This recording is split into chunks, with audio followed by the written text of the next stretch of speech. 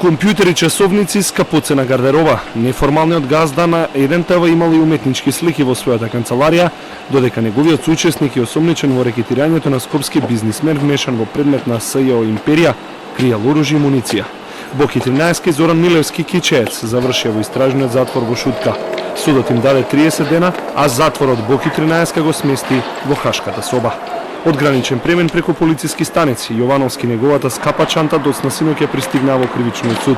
Со заробени раце, но слобода на говор, Јовановски се соочи со неговиот правен гонител на патот до Шутка. Изиграм да подбруваш на лагишен кино.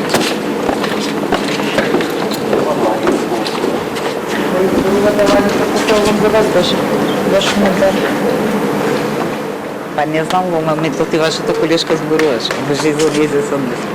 Обвинителката Рускоска вели дека не лаже, туку се сомнева и ќе се обиде да докаже дека Јовановски и Милевски изрекетирале 1,5 милиони евра од бизнисмен, кој сам пријавил дека е мета на оваа група, а за парите му нуделе врски кај обвинител на СЈО, каде што тој е предмет на истрага. Обвинителите и полицијата не застанаа кај Јовановски и Милевски, а ноќта ја посетија и специјалната обвинителка Катица Јанева, чиј што телефон беше одземен. Денеска е недостапна, а истражителите ќе бараат повици заради поврзано со групата која рекетирала. Дали ќе се проширува истрагата, според Русковска ќе покажат аудио и видео снимките и ќе поседува обвинителството. Да видиме за комуникација помеѓу јавниот обвинител и правоосомничениот. Обележани пари нема, а имаме снимки, да.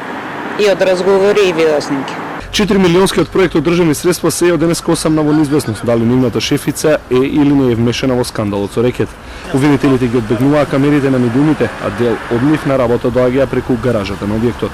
Додека јавноста пак брои дека Јовановски бил во друштво и на пратеници кога рекетирал, таквите тврдења ги отврли до скоришниот генерален секретар на партијата на власт Александар Кирацовски. Никаква поврзаност немам со овој случај. Убаво е што се отвори истрага и се надевам дека до крај ќе се заврши за да се дознае кој што правел. Обвинителството денеска останува само на Јовановски и Милевски и нема повикано други лица за разговор.